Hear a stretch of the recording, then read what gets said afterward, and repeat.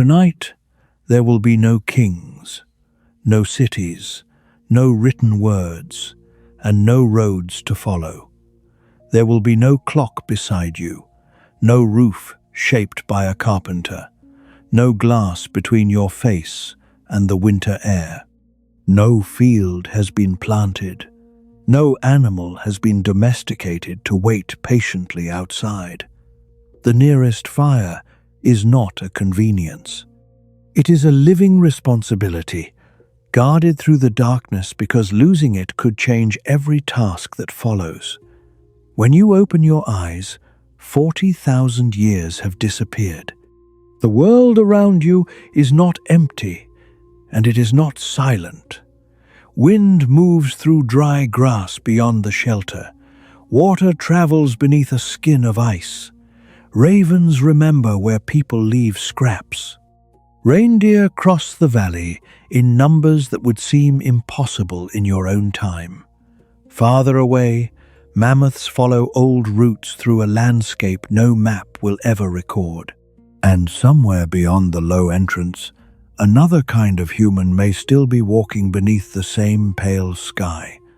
You lie beneath heavy hides in a small shelter near a limestone valley in Ice Age Europe. The exact year has no name.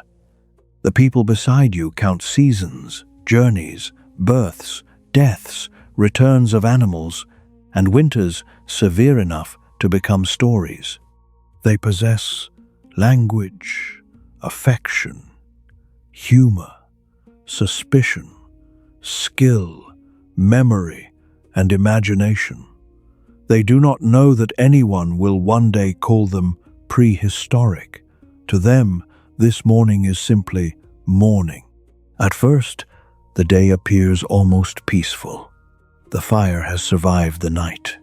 The people you depend upon are breathing nearby. A little food remains. Snow has covered yesterday's tracks, and the sky has not yet revealed what weather it is carrying.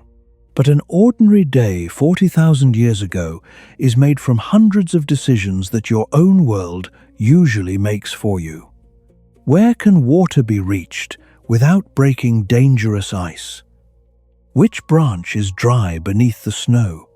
Has the herd moved east, or has wind merely erased its trail? How much food can be eaten now, and how much must remain for a morning that may be colder? Which stone should become a blade, and which should be saved because another source may be many days away? When should a group continue, and when is turning back the wiser act?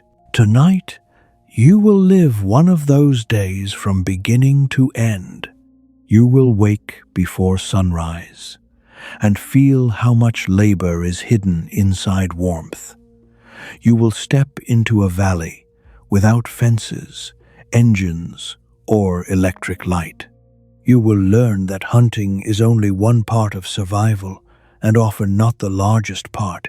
You will watch children learn without classrooms, see stone opened into cutting edges, share food gathered from a landscape that rewards memory, and sit beside people whose care for one another is older than civilization. There may be tracks in the snow. There may be wolves beyond the ridge. There may be signs that other people passed through the valley before you. Yet this will not be a story of constant terror. Real survival is quieter than that. It is a repaired seam before it opens. It is dry tinder collected before the storm. It is an elder remembering a river crossing. It is a child learning not to touch a fresh flint edge. It is the decision not to chase an animal when darkness will arrive first. Most human lives, even in the Ice Age, were not built from legendary moments. They were built from repeated acts of attention, and that may be the strangest discovery waiting for you tonight. The people 40,000 years ago are separated from you by an almost unimaginable distance. Yet the shelter is filled with things you already understand. A child seeking warmth, an adult trying not to wake the others, irritation softened by dependence, laughter beside food, fear made smaller by company, and the comfort of returning to a familiar fire. So let the modern room around you become quiet. Let the roads fade first, then the buildings, then the distant glow of cities. Let written history disappear. The fire before you is low, but it is still alive. Someone beside it has opened their eyes.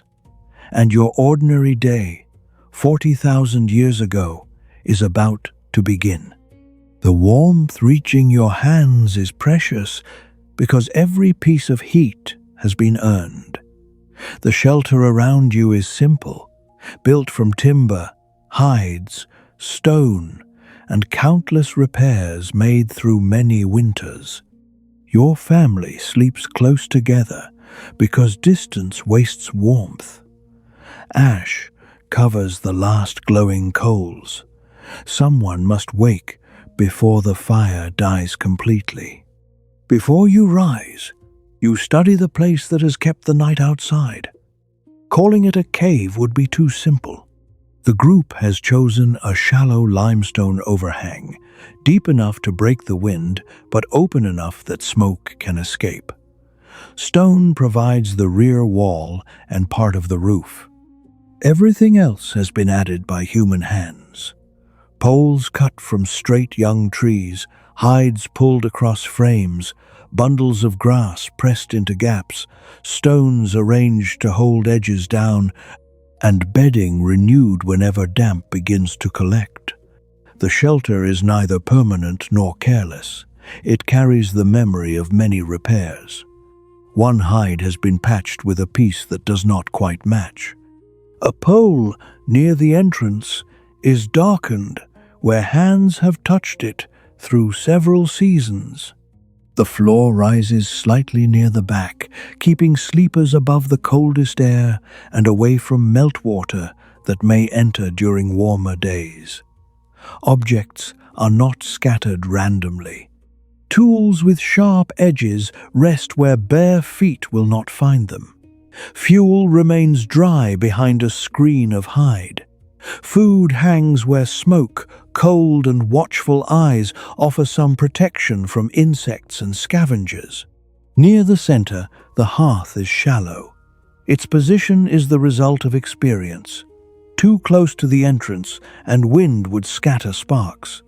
Too far beneath the rock, and smoke would gather until every eye watered and every breath became difficult. Even here, the air is not clean. Soot stains the stone above. The people beside you have breathed smoke through many winters, and some carry the cough that follows it. Fire solves several problems while quietly creating another. The shelter must therefore breathe. A narrow opening near the top allows smoke to escape when the wind comes from one direction. A hide can be lowered when it changes. Someone has placed a flat stone where a sudden gust might otherwise enter. None of this resembles a modern chimney. Yet the camp is shaped by the same invisible forces.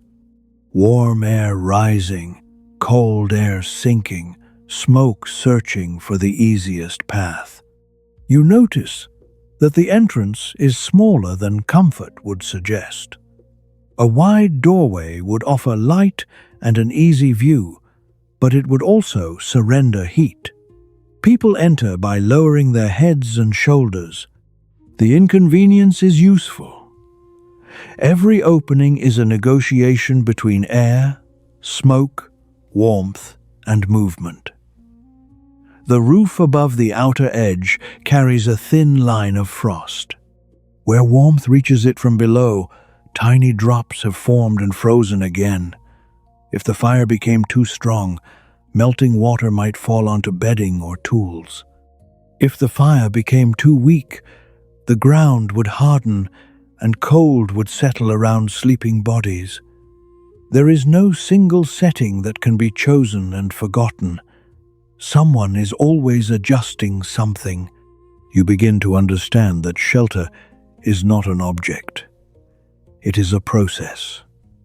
A modern house can stand while its occupants ignore it for days. This place survives only because people notice small changes.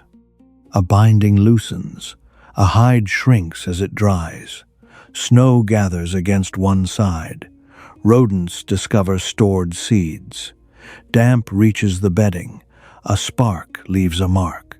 Each problem is minor when found early, and dangerous when neglected. The older woman near the hearth runs her fingers along the edge of a hide panel. She does not see a tear, but she feels that the material has thinned. Later, someone will reinforce it. The repair may take an hour. Preparing the hide that makes the repair possible may have taken days. Around you, almost every comfortable surface began as something difficult. Bedding had to be gathered, dried, and carried. Hides had to be removed, cleaned, scraped, softened, and smoked. Wooden poles had to be selected before the ground froze too deeply. Cordage had to be twisted from plant fiber, sinew, or strips of hide. Stones had to be lifted and placed. Nothing arrived in a bundle. Nothing was produced far away by an unseen stranger. The shelter is the landscape reorganized by memory. Stone becomes a wall. Animal skin becomes weatherproofing. Grass becomes insulation. Wood becomes structure and fuel. Knowledge is the tool that joins them. You look towards the people still asleep. Bodies have been arranged with the same practical intelligence. Children lie between adults, where heat is less likely to escape. The older man with the stiff hip sleeps away from the entrance. Wet outer coverings are not piled on bedding. A person who may need to tend the fire lies close enough to reach it without stepping over everyone else. Privacy, as your own world understands it, is almost absent. Breathing, dreaming, feeding children, changing bandages, repairing clothing, and arguing quietly all happen within the awareness of others. A small group cannot afford many separate rooms. Intimacy is not always chosen. It is built into the architecture. Yet the shelter also creates boundaries. Outside is the enormous valley, open to wind, darkness, and animals. Inside is the human space. Firelight, familiar smells, stored objects, voices, expectations. The entrance is only a few steps away, but crossing it changes the meaning of every sound. A branch breaking outside invites attention. A branch settling in the fire does not. The distinction is not made by stone alone. It is made by the people who agree, without speaking, that this circle will be defended, repaired, and returned to. Archaeologists many thousands of years later may find darkened sediment, cracked stones, fragments of bone, tools, pigment, and postholes. From such traces, they will try to reconstruct rooms that had no straight walls and homes that left almost nothing standing. They may debate whether a particular place was occupied for one night, one season, or many returns. Tonight, you do not need to debate it. You can feel where the floor has been compressed by repeated feet. You can see soot layered above older soot. You can smell hide, ash, damp stone, cooked roots, and the faint musk of bodies living close together. This is not a palace, but it contains the same fundamental promise every home will make after it. Inside, for a while, the world becomes smaller. The wind touches the walls instead of your skin. The darkness stops at the entrance, and the people beside you wake beneath a roof made from effort. Long before the first light reaches the valley, the world is already moving. A distant raven calls once, then falls silent. Somewhere beyond the trees, heavy footsteps compress fresh snow. They are too slow to belong to wolves, too heavy to belong to deer. You never see the animal, but you do not need to. In this world, recognizing a sound is often more valuable than recognizing a face. You remain still. No clocks exist. No calendar tells you what season it is. Instead, your body has become the calendar. Your skin understands the temperature. Your ears measure the wind. Your nose detects damp wood, cold stone, smoke, wet hide, and the faint smell of yesterday's meal. The cave-like shelter feels enormous in the darkness, even though it would seem tiny to a modern visitor. Every object inside has a purpose. Nothing decorative survives here unless it also earns its place. The old woman nearest the fire is already awake. She does not speak. She quietly studies the embers. Without words, everyone understands what she has decided. The fire can still be saved. She gently nudges your shoulder. Today, it is your turn. You kneel beside the ashes. Tiny red points glow beneath the gray surface. They are beautiful, fragile, and unbelievably valuable. Losing them would not simply mean making another fire. It could mean hours of dangerous work searching for dry fuel in freezing weather.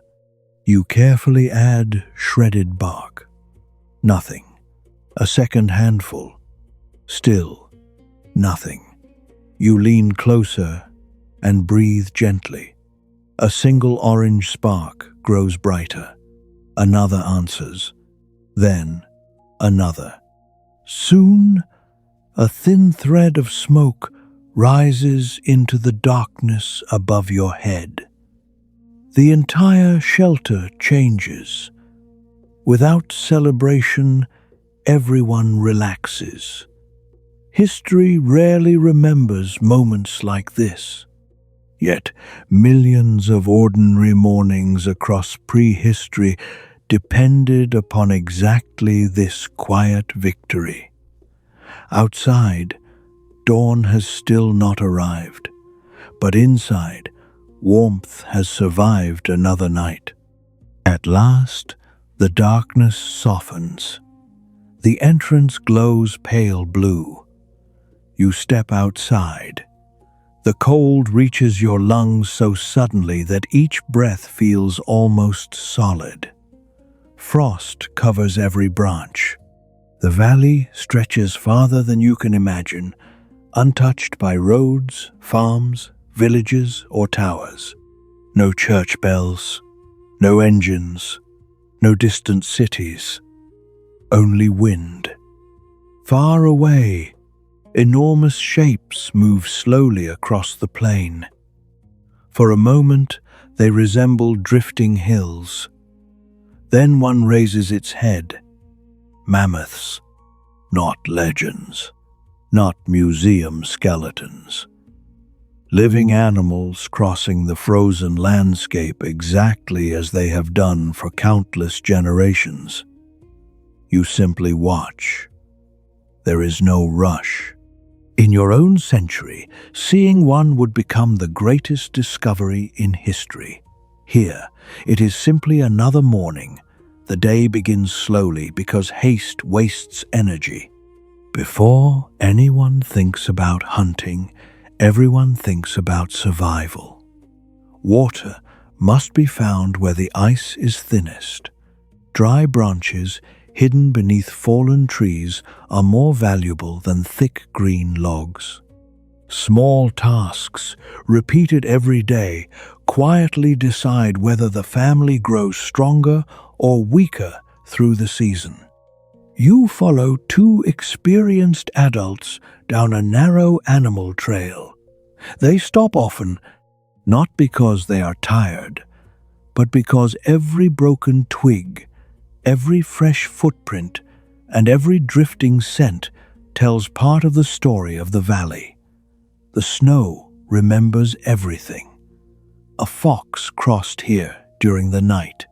A hare stopped beneath this bush.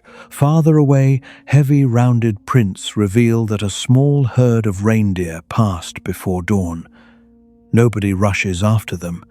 The hunters smile quietly. Knowing where the herd traveled today may matter more tomorrow than it does now.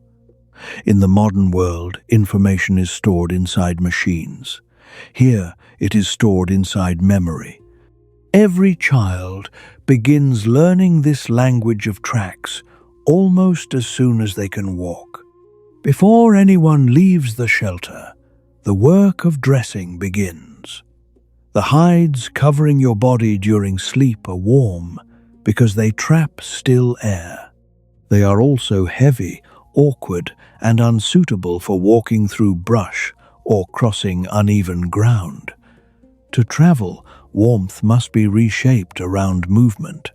You are handed a pair of leggings made from softened hide. They are not elegant. The surface is uneven, and one seam has been repaired with a different material. Yet they fit closely enough that wind cannot enter easily. A separate covering wraps your upper body. Fur faces inward in one layer and outward in another, depending on moisture, temperature, and the habits of the group. A hood protects the head and neck, where moving air would otherwise steal heat quickly. The first surprise is not how primitive the clothing feels. It is how carefully designed it is. Cold is not defeated by one thick object. It is managed in layers. The layer nearest the skin must remain as dry as possible. Another traps warmth. An outer surface breaks wind and sheds loose snow. Openings at the wrist, ankle, and neck are tightened because small gaps can empty heat from an entire garment. Footwear receives particular attention. A person can continue with cold hands for a time. A soaked or injured foot can end a journey and place everyone nearby at risk. The man beside the entrance lifts one of your feet and checks the wrapping beneath it. Dry grass and soft fiber have been arranged inside a hide shoe. The material seems humble, but it creates insulation by holding air and drawing some moisture away from the skin. It will not remain effective forever. During a long day, it may need to be replaced, dried, or rearranged. Nothing about clothing is passive here. It must be watched as closely as weather. A tie that feels merely loose near the fire may become painful after hours of walking. A seam rubbing the ankle may open the skin. Sweat is dangerous when the air is cold because effort warms the body first and then leaves moisture behind. People therefore learn to open, loosen, remove, and replace layers before discomfort becomes a problem. You realize that dressing is part of navigation. The distance a group can travel depends not only on legs but on what covers them. Fitted clothing allows human beings to occupy places their mostly hairless bodies could not tolerate for long. In that sense, hide, sinew, awls, and needles are not minor domestic tools. They are technologies of expansion. Without them, winter would draw a smaller map around humanity. The older woman holds a sleeve near the light and examines a line of stitching. The thread may be sinew split into fine fibers, twisted plant material, or a narrow strip prepared from hide. Each choice behaves differently. Sinew tightens as it dries. Plant fiber can be flexible, but may weaken when wet. Holes must be placed close enough to prevent gaps and far enough from the edge that the material does not tear. A bone awl opens the path. In some regions and periods around this broad age, carefully made-eyed needles allowed even finer work. Elsewhere, awls and other piercing tools could guide thread through prepared holes. The archaeological record does not preserve every garment, but tools, wear marks, and the demands of severe climates make one point clear: people were capable of much more than throwing a raw skin over their shoulders. The garment in your hands contains geometry. A flat hide must become a curved covering for a moving body. Pieces need to meet at shoulders, elbows, hips, and knees. Material stretches differently along different directions. Fur has a grain. A seam placed badly may catch during climbing. A cut made carelessly wastes a resource that required an animal, a hunt, butchery, and days of preparation. Pattern making exists long before paper patterns. It lives in hands, eyes, and repeated correction. Children learn by wearing clothing that has been adjusted many times. A sleeve is lengthened, a tie is moved. A hood once belonging to an older sibling is reshaped. Nothing is discarded simply because the body beneath it changes. You pull the outer layer around your shoulders. It smells of smoke because smoke helps dry, preserve, and protect organic materials, though the exact methods vary. The scent is strong enough that you barely notice it after several breaths. Everyone here carries some version of the same smell: ash, animal fat, hide, earth, and cold air. To a predator, perhaps the group smells like fire before it smells like people. To another human, the scent might announce a camp long before the shelter appears. The hood narrows your hearing slightly. You turn your head and feel the material move against your cheek. The world outside will be quieter, but your skin will remain protected. Every design gains something and gives something away. Hands are more difficult. Thick coverings preserve warmth but reduce touch. Fine toolwork demands exposed fingers. People alternate between protection and precision, warming their hands near the body, breathing onto them, or working in short intervals. The stoneworker's fingers are scarred not because he lacks skill, but because skill cannot remove every cost. You flex your own hands. The garments make your movements slower, yet the cold at the entrance no longer feels impossible. Beside you, a child resists having a tie tightened beneath the chin. The adult dressing them waits, tries again, and distracts the child with a small, carved object. Human mornings have contained this negotiation for longer than any written language can remember. At last, the entrance covering is lifted. A blade of pale air enters the shelter. The difference between comfort and danger now rests partly in the seams around your body. You step forward wearing several days of labor, an animal's hide, a maker's judgment, and the accumulated experiments of generations who learned how to carry a small climate with them. Conversation is surprisingly quiet. People certainly speak, laugh, argue, and teach, yet long periods pass without a single unnecessary word. Silence is not loneliness, it is attention. You slowly realize that almost everything around you communicates. The wind changes direction. Birds suddenly stop calling. The smell of damp earth grows stronger. Clouds begin gathering over the western ridge. Each tiny change quietly reshapes the decisions of the day. No one announces these observations. They simply adapt. As you continue walking, an older hunter kneels beside a stone. He shows you how flakes of sharp stone were removed thousands of times before metal would ever exist. Each tool represents hours of careful work. Nothing is disposable. Nothing is wasted. A broken spear point is repaired. A hide becomes clothing. Animal sinew becomes thread. Bones become needles. Even ash from yesterday's fire will help tomorrow's fire survive. Little by little you understand something unexpected. Life here is difficult, but it is not primitive. It is astonishingly efficient.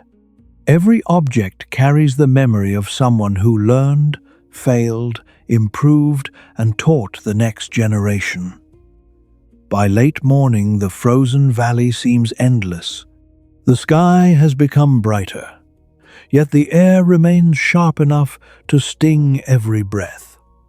Far beyond the river, mammoths continue their slow migration. No one chases them. Despite their size, they are not everyday prey. Instead, the family searches patiently for smaller opportunities. A cluster of edible roots hidden beneath snow, dry moss protected beneath rocks, signs of rabbits. Anything gathered today means less risk tomorrow. Survival here is rarely won by one dramatic success. It is won by hundreds of quiet decisions that modern history books almost never mention. Perhaps that is why this world feels strangely peaceful. Its people do not dream about becoming famous. They dream about seeing another sunrise together. As the group moves farther from the shelter, nothing marks the route behind you. There are no painted signs on trees, no cairns placed for strangers, no road worn deeply enough to remain obvious beneath fresh snow. Within an hour, wind begins softening the edges of your own tracks. By evening, some may disappear completely. Yet nobody appears lost. The valley is being read through a map that exists only inside living minds. A particular ridge leans like a sleeping animal when seen from the south. A stand of pines grows where the ground remains drier after thaw. Two streams meet beneath a limestone face stained orange by minerals. A narrow pass catches the west wind before storms. A spring remains open longer than the shallow pools around it. Each feature is more than scenery. It is direction, season, and warning combined.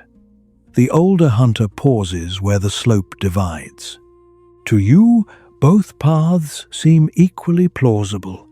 One follows easier ground, the other rises towards scattered rock. He chooses the higher route, not because it is shorter, but because the snow there holds tracks more clearly, and the ridge offers a view of moving herds. A modern map usually shows space. His map shows consequences. It includes where ankles are likely to twist, where fog settles first, where fuel becomes scarce, where ravens circle above carcasses, where meltwater undermines ice, and where another group once reacted badly to an unexpected approach.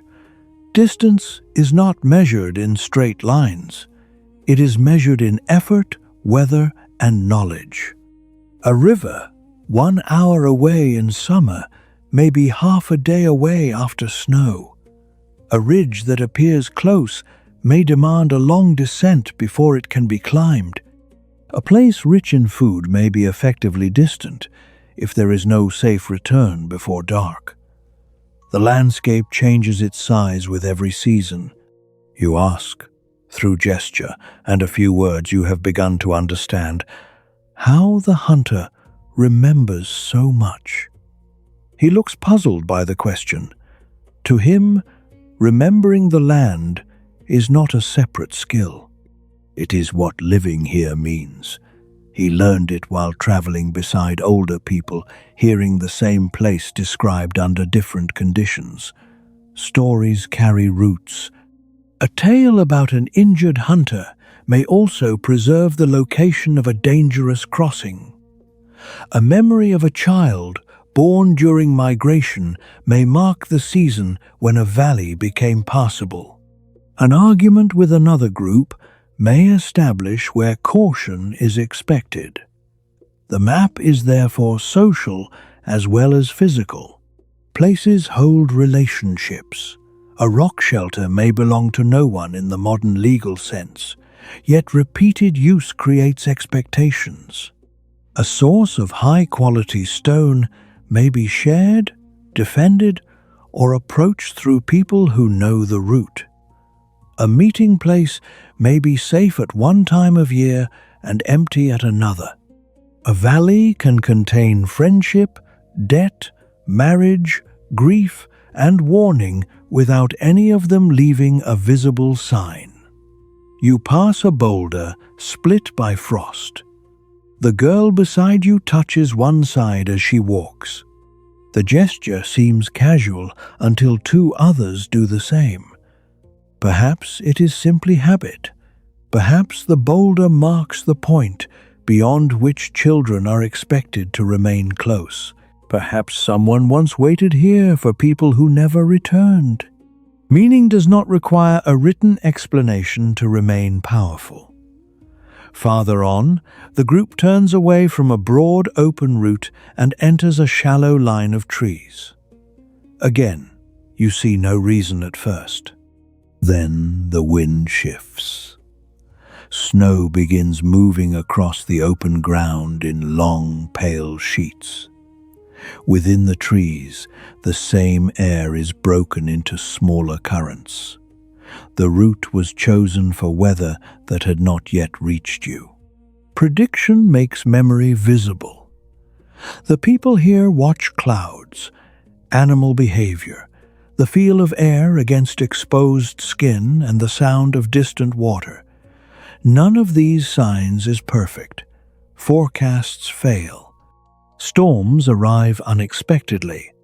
But repeated attention improves the odds, and in a landscape without emergency services, a small improvement matters. You begin building your own map. The shelter lies behind the limestone face, shaped like a bent shoulder. The river bends near 3 dark pines. The ground becomes soft beside the reeds, even when the surface appears frozen. The mammoths were seen beyond the northern ridge. Wolves followed a wounded reindeer towards the east. At first, these facts float separately. Gradually, they join.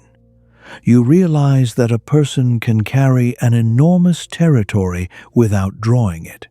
Routes live in sequences, from shelter to split boulder, from boulder to dry trees, from trees to the stream that sounds beneath ice, from stream to the ridge where wind changes.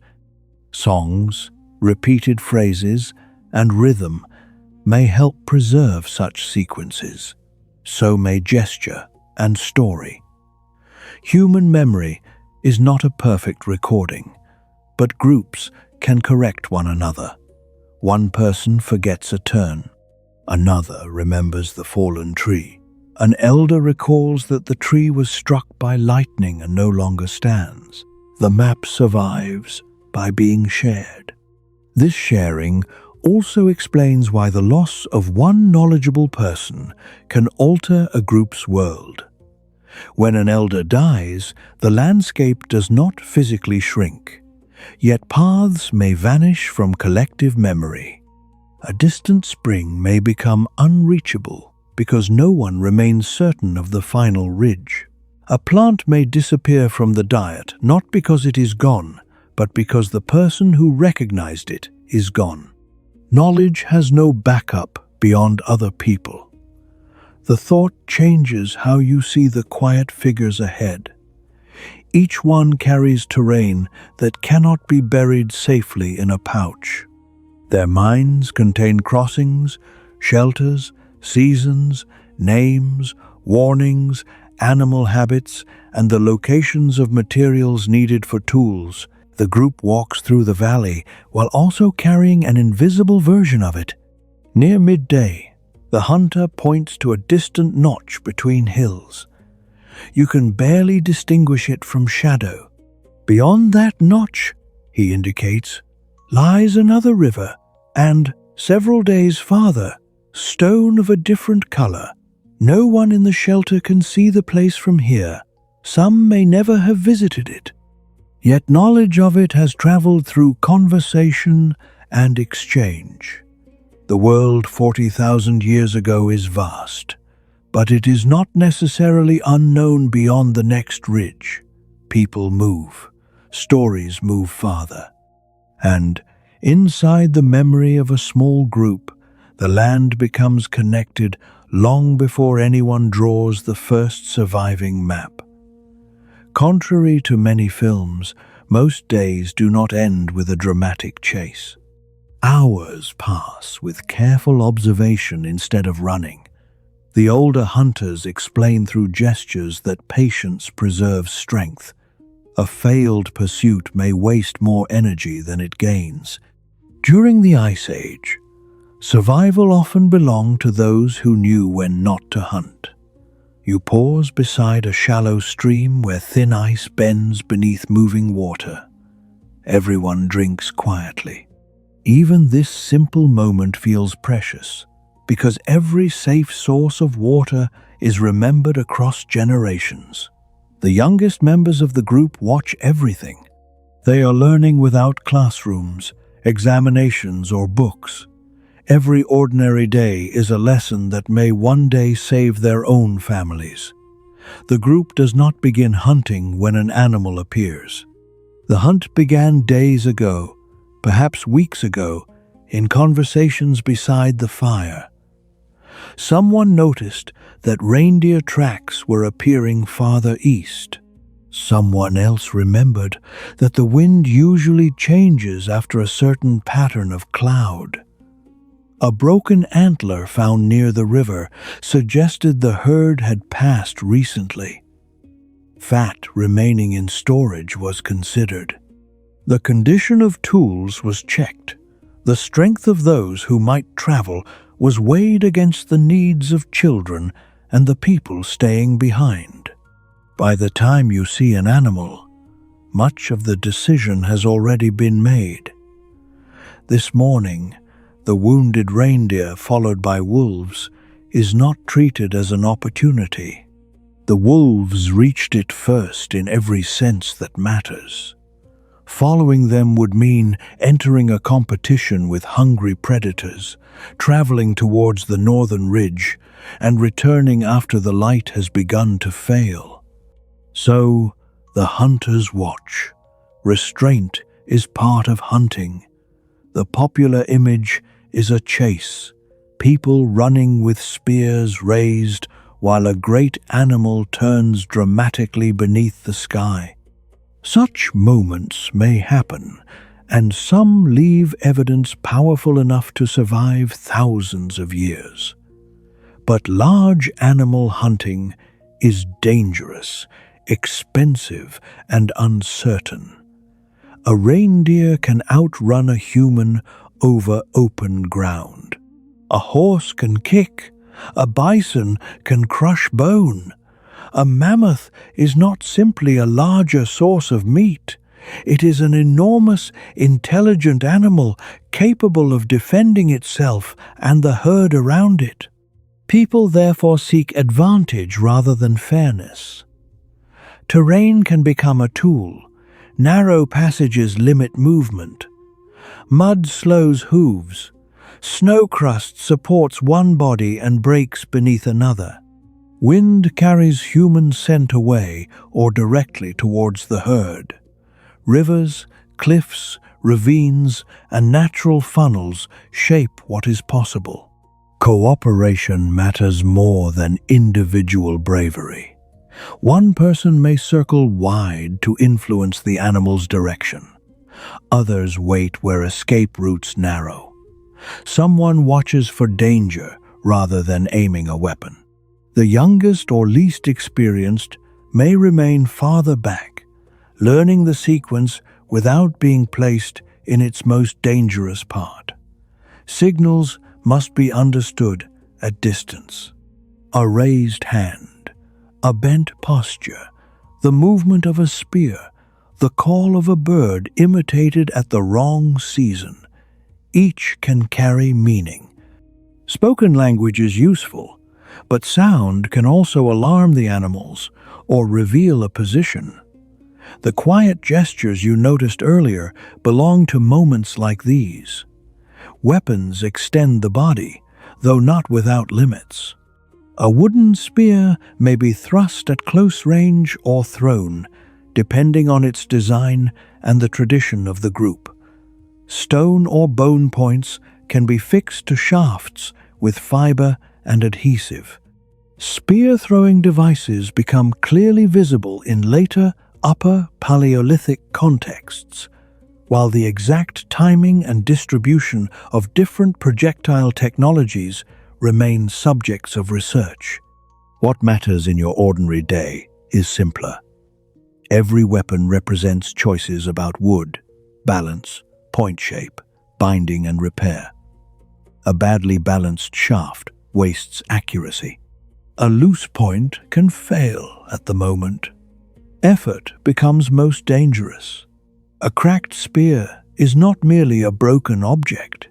It is lost labor, lost material, and perhaps lost food.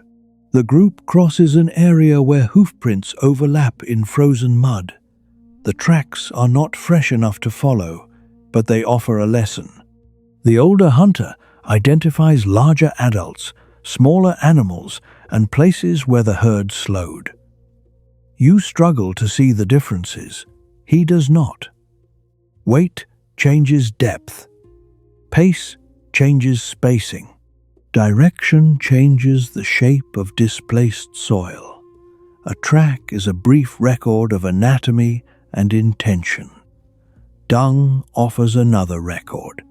Its moisture, color, temperature, and contents can indicate how recently animals passed and what they have been eating. Hair caught on brush adds information. Urine darkens snow. Broken stems reveal height. Birds may follow a herd for insects or scraps, announcing movement beyond a ridge. Hunting is therefore an act of reconstruction. The animal is often absent while people build a picture of it. You follow that picture for a short distance until the tracks divide. One route descends towards water. Another continues onto hard ground where evidence becomes faint. The hunter does not pretend certainty. He studies the wind, then turns away. A failed trail is not necessarily a failed day. The group has learned where the herd is not. They have seen the condition of the river. They have gathered fuel, stone, and plants. They have discovered wolf activity near the northern ridge.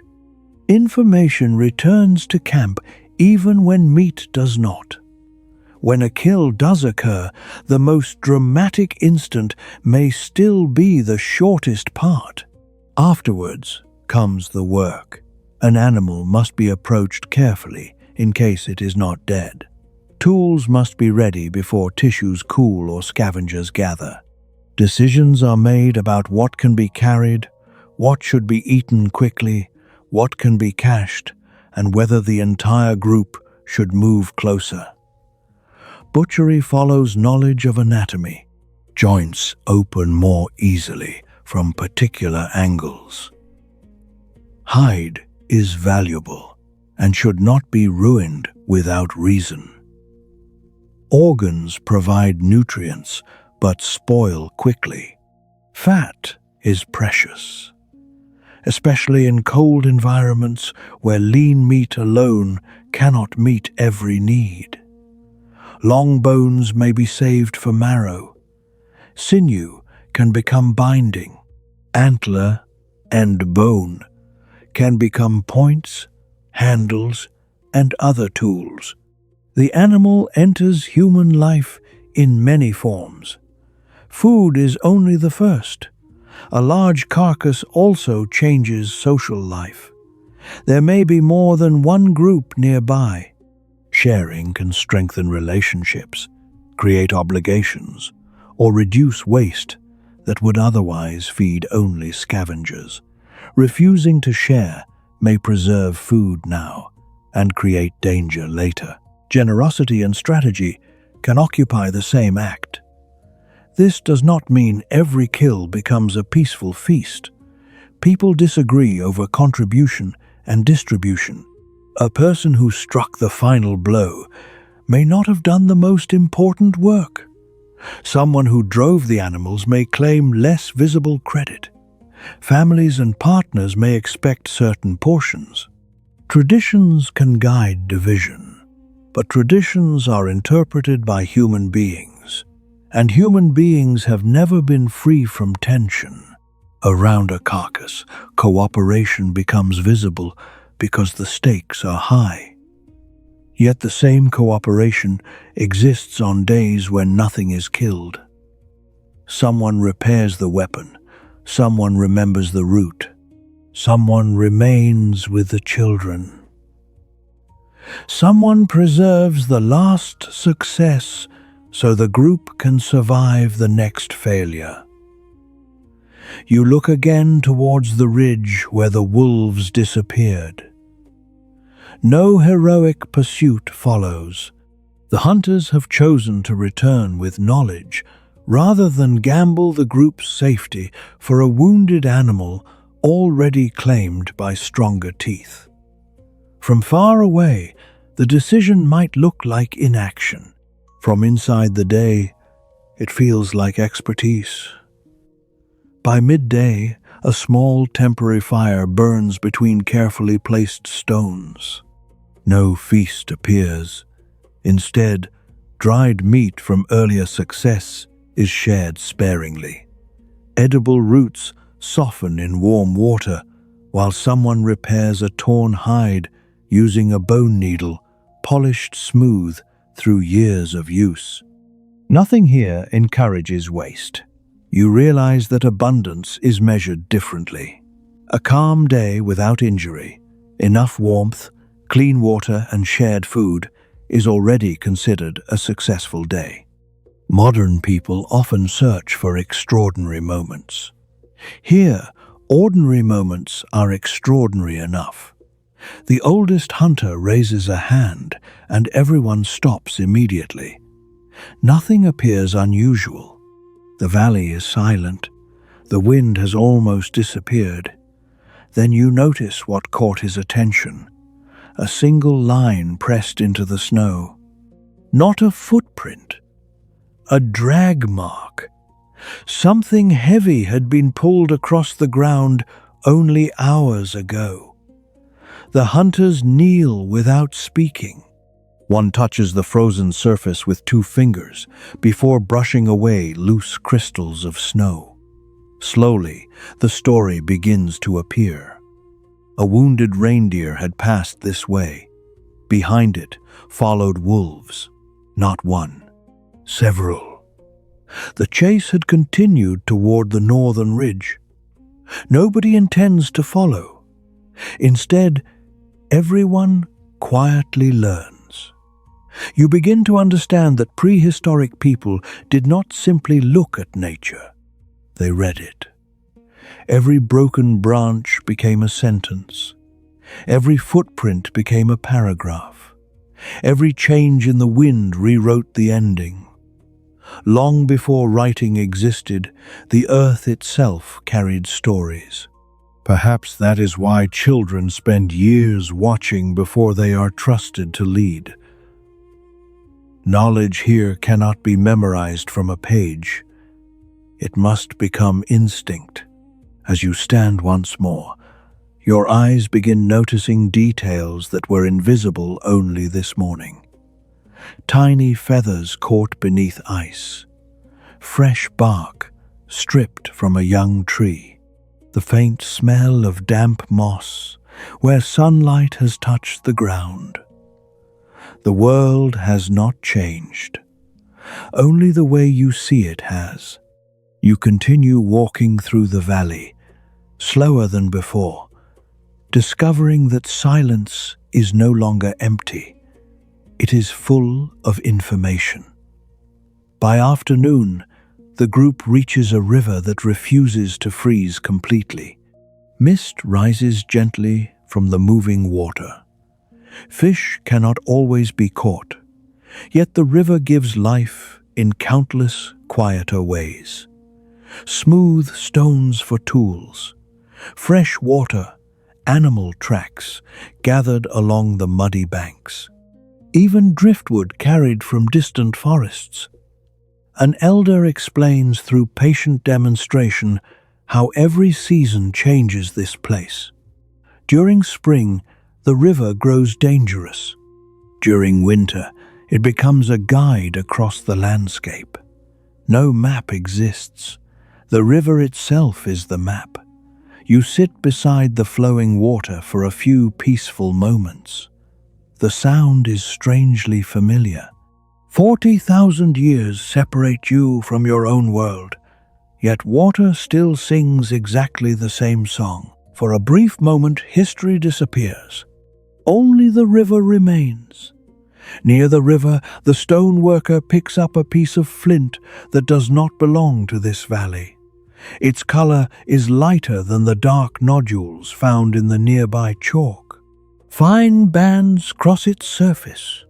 He turns it beneath the pale afternoon light, then passes it to another adult who recognizes it immediately. The source lies several days away. Perhaps someone in this group traveled there. Perhaps the stone moved from hand to hand through meetings, partnerships, visits, and exchanges.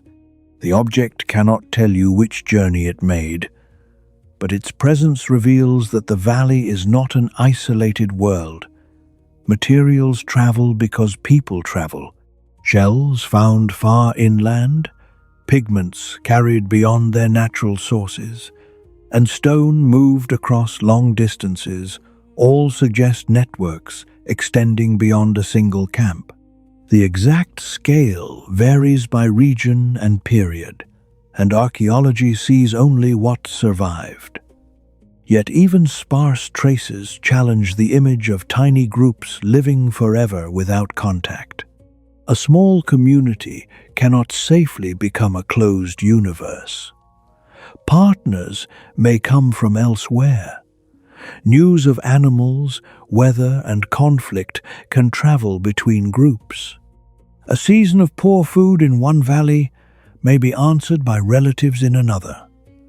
Tool styles, decorative habits, and stories move with visitors.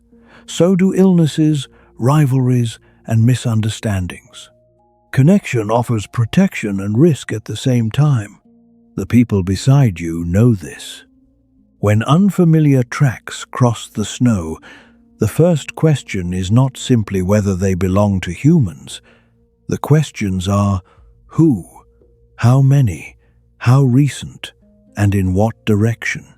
Familiar people leave familiar patterns. A known traveler may walk with a particular injury. A group carrying children moves differently from several hunters. Tracks accompanied by cut branches or discarded stone can reveal intention. You notice two shallow prints near the riverbank, partly erased by frost. They may be old. They may belong to members of your own group from an earlier journey. The adults examine them without alarm, but their conversation changes. Voices become lower. One person studies the opposite bank. No stranger appears. The possibility is enough to alter attention. Meeting another group could lead to shared food, news, courtship, exchange, and celebration. It could also reopen an old dispute. In a world without written treaties, relationships are carried by people who remember what happened last time. Recognition, therefore, matters.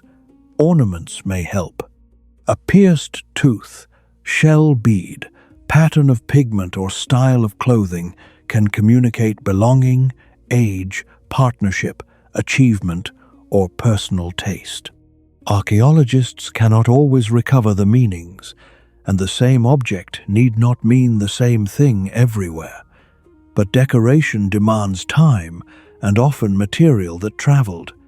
It shows people presenting themselves to other minds. You touch a small bead attached near the collar of the girl's clothing. It is polished smooth through use. The material seems ordinary until she indicates, with a gesture towards distant hills, that it came from beyond the places you visited today. The bead weighs almost nothing. Its story spans days of walking. Objects like this turn geography into relationship. A shell from a coast may reach someone who has never seen the sea. A stone from a distant outcrop may be recognized by color alone.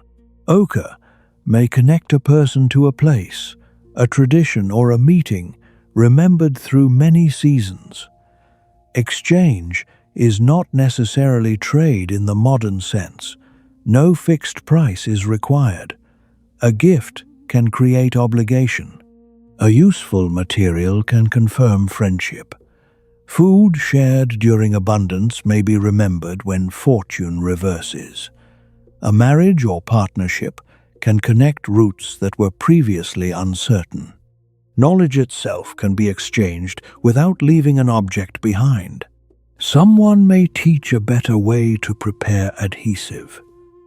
Someone may describe a sheltered crossing. Someone may warn that a river has changed course. These gifts vanish archaeologically, but they may be more valuable than stone. The network also protects against one of small group life's greatest dangers: losing too many people or too much knowledge at once. A harsh winter, accident, or illness can reduce a camp quickly. Wider relationships allow survivors to join others, renew partnerships, and rebuild a community. Human resilience may therefore depend not only on adapting to cold, but on maintaining connection across distance. You look across the valley. No smoke is visible beyond your own route.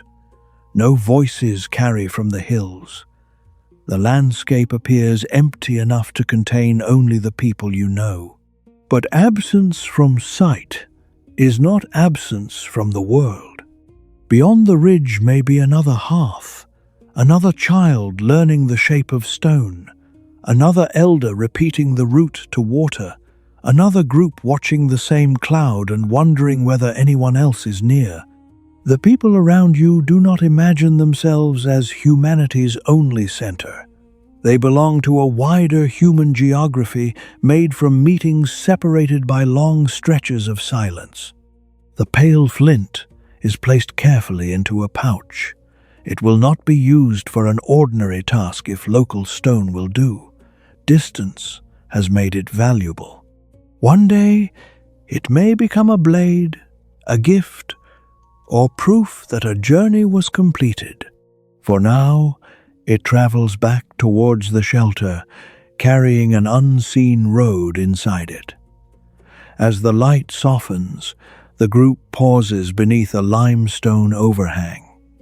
Someone carries a small pouch made from hide. Inside are pieces of red ochre, black charcoal, and pale clay. These are not food, they are memory. An older member of the group gently rubs red pigment across a flat stone before mixing it with animal fat. The children watch closely.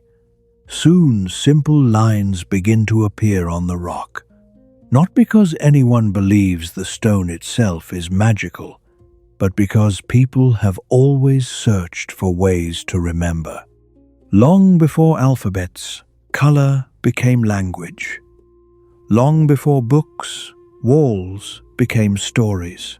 Perhaps a successful hunt. Perhaps a place to return next spring.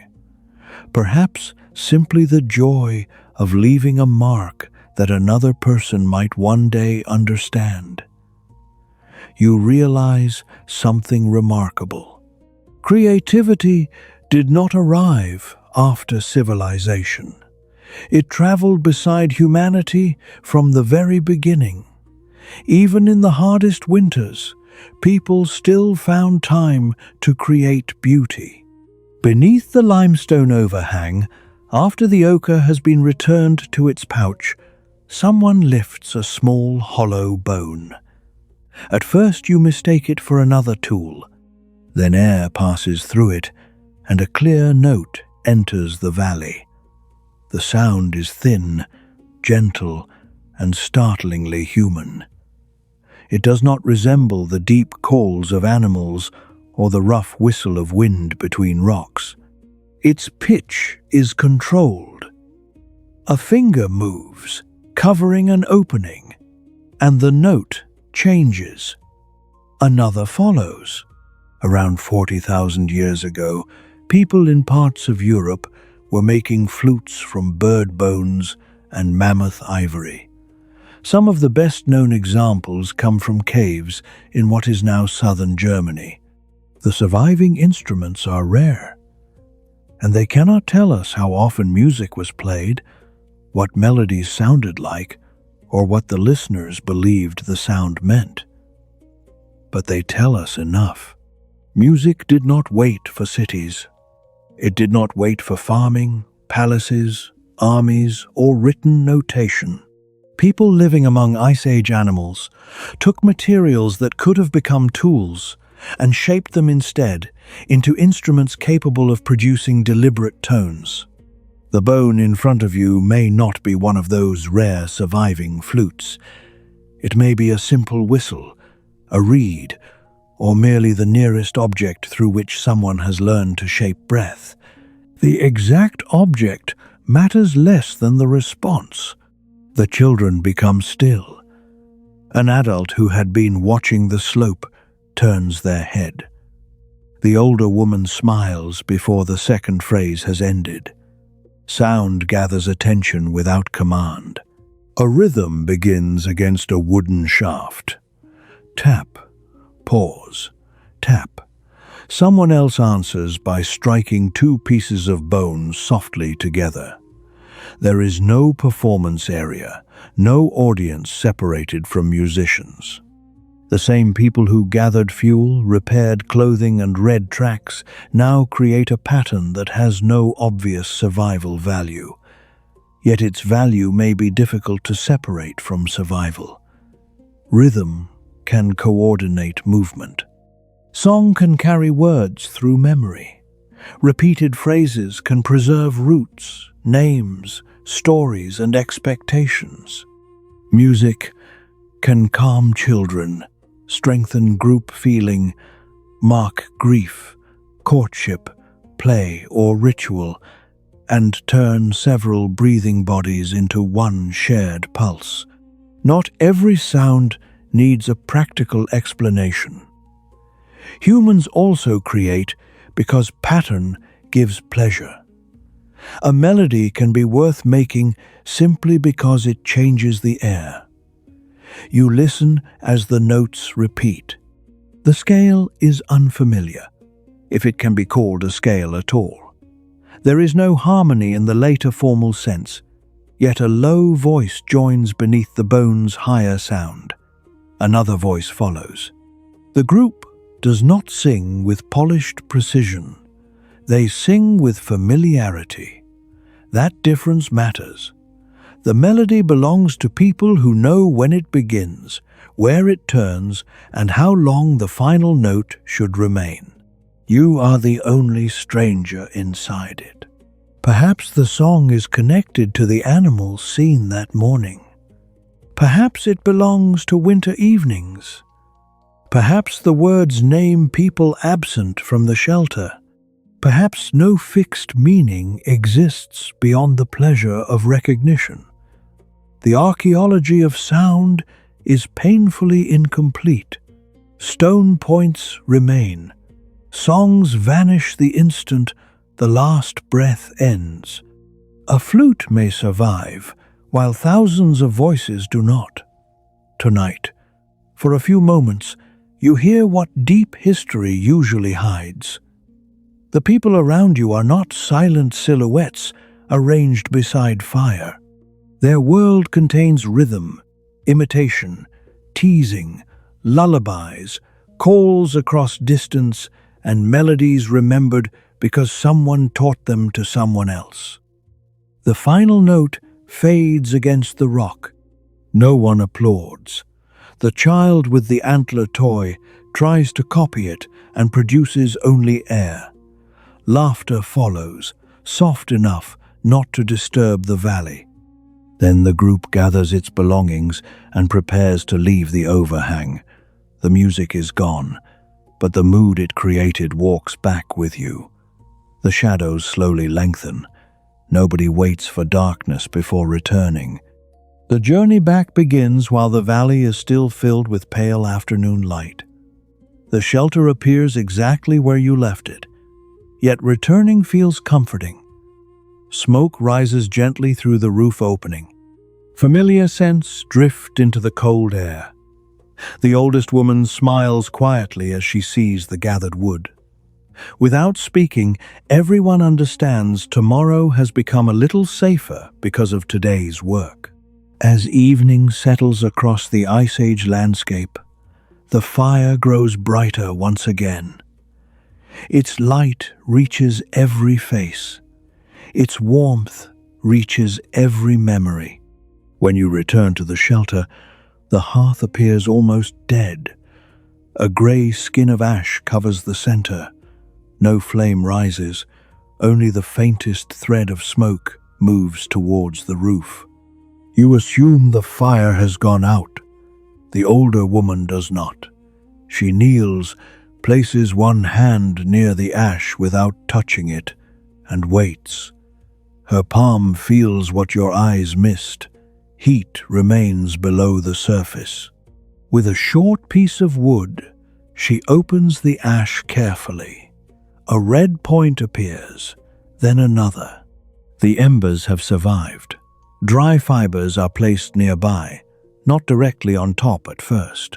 A little air is needed, but too much will cool the fragile heat or scatter ash into the shelter. She bends close and breathes slowly. The ember brightens. Fine grass darkens, curls, and begins to smoke. One breath, a pause, another breath. A small flame rises with such little drama that you nearly miss the moment. Everyone continues working. For them, success is expected because the hearth was prepared correctly before the group left. For you, it feels like witnessing the return of a living thing. Making fire from cold materials is possible through several techniques known across human societies. Friction between prepared pieces of wood, sparks produced by striking suitable minerals, and other methods adapted to local resources. The exact methods available 40,000 years ago varied, and their fragile equipment does not always preserve clearly. Keeping fire, however, is often easier than beginning again. That is why embers are protected beneath ash. It is why tinder remains dry. It is why a coal may be carried in slow-burning material during movement. Fire is not created casually every time someone wishes for warmth. It is maintained across hours, nights, and journeys. The hearth has its own daily schedule. Fuel is chosen by purpose. Thin, dry twigs catch quickly. Thicker wood burns longer. Some woods smoke more than others. Damp fuel wastes heat and fills the shelter with irritation. Rotten wood may hold an ember slowly. Bark, grass, fungus, or prepared fibers can help transfer a spark into flame, depending on what the landscape offers. Children learn these differences early because the consequences are immediate. The girl who gathered branches this morning sorts them by thickness. She does not place the largest piece first. Flame needs a path from the smallest fuel to the largest. Build the fire too quickly and it suffocates beneath weight. Feed it too cautiously and the first heat disappears before thicker wood catches. The process resembles teaching. Each stage prepares the next. You add a branch and place it badly. Smoke thickens. The older woman moves it a few finger widths, opening a space beneath. Air enters. The flame steadies. No criticism is necessary. The correction is visible. Fire gives light, but light is only one of its gifts. It softens food, dries clothing, hardens or straightens certain wooden objects, helps prepare adhesives, discourages some predators and insects, extends social time beyond sunset, and changes how people occupy cold regions. It allows the shelter to become a workshop when the valley outside has turned dark. It also demands payment. Fuel must be collected, carried, and kept dry. Smoke harms eyes and lungs. Sparks threaten hide, grass, and bedding. Burns are common enough that everyone respects the edge of the hearth. A child can reach danger in one careless movement. A sleeping person can roll too close. Carbon-rich air can gather where ventilation fails, though nobody here names the invisible danger in modern terms. The group manages fire by habit, because habit is safer than constant alarm. Sharp tools point away from the hearth. Loose fibers are worked at a distance. Wet objects are dried near warmth but not above open flame. Someone wakes during the night to check the embers. Ash is useful for covering coals, controlling heat, and marking the boundary children learn not to cross. The hearth is therefore both center and hazard. People face it when they speak. They organize sleeping places around it. Its light reveals expressions and hides the walls beyond. Yet everyone also maintains a quiet awareness of what flame can do when it escapes attention. You hold your hands towards it. Warmth reaches the palms first, then the fingers. The backs remain cold until you turn them. Fire heats unevenly, creating a small climate measured in body positions. One person moves closer. Another opens a garment.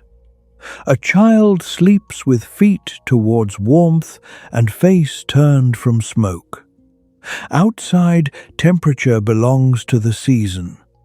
Inside, temperature belongs partly to human decisions. That difference may be one of the great turning points in the story of the species. Fire does not eliminate winter. It creates islands within it. An island can be carried as knowledge. A person who knows how to preserve embers, choose tinder, judge fuel and protect flame, can rebuild warmth in another valley. The hearth is attached to place, but the technology lives in people. You watch the small flame become stable enough for thicker wood. The red light expands across faces, tools, and hanging hides. Shadows return to familiar positions. The shelter becomes itself again. Before the first village, before the first permanent house, and before anyone writes a word for home, people gather around a controlled star of their own making. It is small, it is hungry, And through the coming night, someone will make sure it continues to breathe. When you enter the shelter again, the first thing you notice is not the fire, it is the people around it. In the modern imagination, an Ice Age camp is often reduced to a handful of hunters, all young, strong, and waiting for the next chase. But the small community before you is more complicated than that. There are children who cannot yet walk far.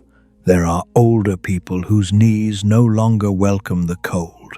There are adults carrying old injuries, people whose eyesight is better in dim light, people with steadier hands, people who remember where water remained open during the last severe winter, and people who can read a frightened animal before anyone else has understood that something is wrong.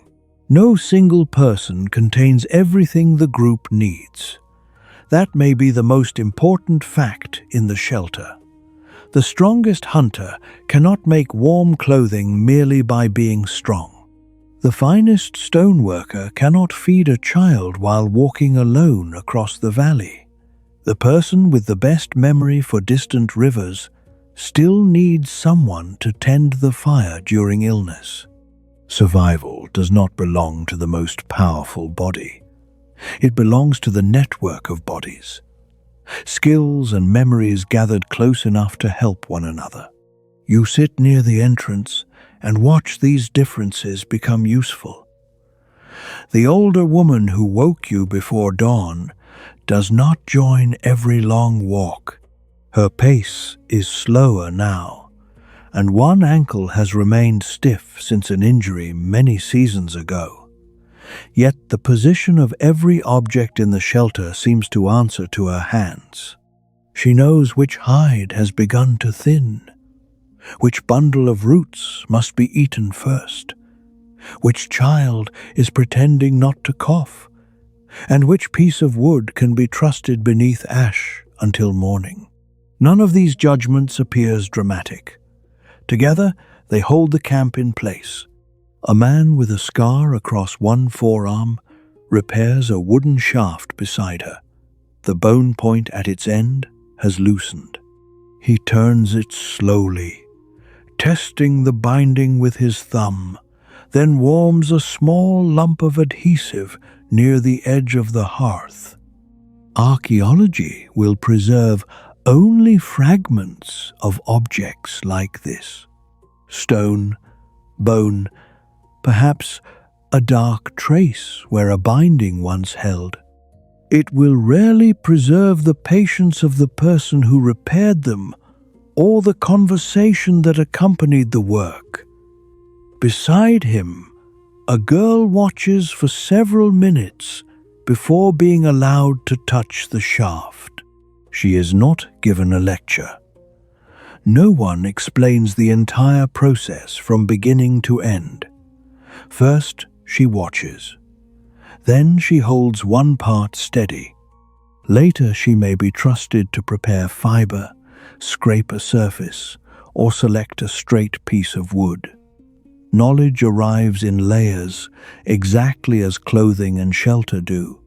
A child is surrounded by skilled action long before being expected to reproduce it. You begin recognizing a quiet pattern. The adults do not divide life into learning and working. Work is how learning happens. A child gathering fuel learns which wood is dry. A child carrying water learns where ice is weak. A child beside a butchered animal learns anatomy, food, tool angles, danger and respect at the same time. The lesson is not separated from the world that makes it necessary, nor is care separated from usefulness. The smallest child wakes and begins to cry. The sound is not ignored, but neither does the whole shelter stop. A nearby adult lifts the child beneath one arm while continuing to sort fibers with the other hand. The child is passed later to an older sibling, then returned when hunger rather than cold becomes the problem. Care moves through the group because many hands are close enough to provide it. You notice the older man at the rear of the shelter again. He speaks rarely and walks with difficulty, yet everyone listened when he described the river earlier. Perhaps he remembers a crossing that no longer looks the same. Perhaps he remembers what happened when the herd failed to arrive on time. His body may contribute less speed than it once did, but his memory has grown heavier with value. People have sometimes imagined prehistoric life as a world in which weakness was immediately abandoned. Human remains tell a more complicated story. Across deep time, injured and impaired people sometimes survived far beyond the moment an untreated wound should have ended a solitary life. Someone brought food. Someone slowed the journey. Someone protected a body that could not, for a time, protect itself. You do not need a burial or a healed bone to understand the principle tonight. You can see it in the way the group makes space near the fire. Warmth is not distributed equally. The youngest, the ill, and the least protected are placed where the cold will reach them last. Food is not divided by identical measure, because identical measure would not always be fair. A person who has walked far may need more. A nursing parent may need more. A child may be given the softer piece. An elder may receive less of one food and more of another, because chewing has become difficult. There will be disagreements here. Human cooperation has never meant perfect harmony. People become impatient. Someone takes more than expected. Someone fails to return when promised. Someone remembers an insult through several seasons. Small groups can carry tension as easily as warmth. But conflict exists inside dependence. The people around you may irritate one another precisely because they cannot simply disappear from one another's lives. Tomorrow, the person you argue with may be the person who spots danger behind you. Next winter, the child who wastes tinder may become the adult who knows how to repair a roof.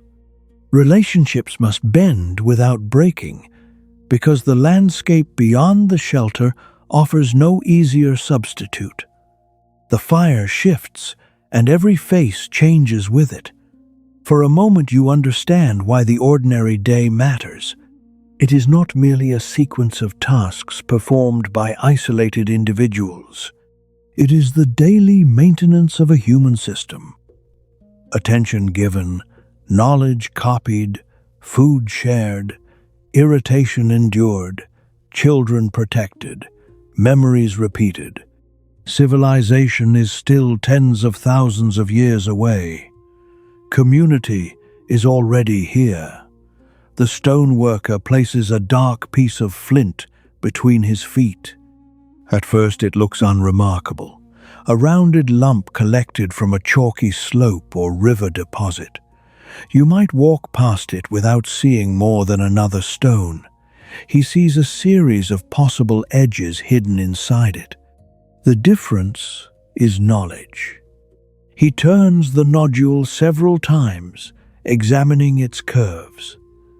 The firelight travels across the smooth outer surface. One side offers a natural angle, another carries a flaw that could split unpredictably. He is not searching for the sharpest part. He is deciding where sharpness can be created. A hammerstone rests in his palm. The first strike is controlled and surprisingly quiet. A flake jumps free. Its new edge catches the light. You reach towards it, but the girl beside you gently stops your hand. A fresh flint edge can cut skin before the mind has registered pressure. Long before metal, people were already able to produce edges finer than many modern blades. The tool is simple only when judged by the number of materials it contains. The decisions required to make it are anything but simple. The stoneworker prepares the next strike. He does not hit the center. He strikes near an edge at an angle shaped by earlier removals. Each flake changes the geometry of what remains. A poor blow can ruin the prepared surface. A good one creates the platform for the next decision. Tap, turn, study, tap again. The rhythm is quiet enough to join the fire. Soon a long, narrow flake lies across a folded hide. It is not yet a finished tool. Its edge may be modified for cutting, scraping, or fitting into a handle. The purpose depends on the task ahead, the quality of the stone, and the needs of the camp. You have been taught to imagine technological progress as a straight road: stone, then bronze, then iron. Each step replacing something crude with something better. Sitting here, that road disappears. Stone is not a failed version of metal. It is a material understood on its own terms. The people around you know which stone fractures predictably, which survives impact, which travels from distant sources, and which can be heated or treated in ways that alter its behavior. They know how a cutting edge should meet hide, tendon, wood, and bone. They know when to resharpen a tool and when further work would waste it. A flake too small for one task may be perfect for another. Nothing has to remain what it was first intended to become.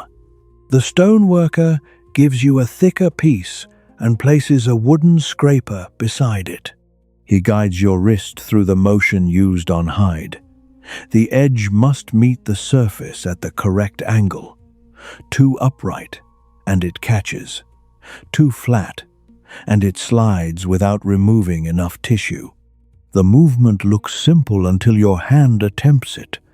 You try again. This time the edge travels smoothly. The hide beneath it has already passed through several stages. It was removed carefully to avoid unnecessary cuts, cleaned before decay could begin, stretched, scraped, perhaps smoked, softened, and worked repeatedly.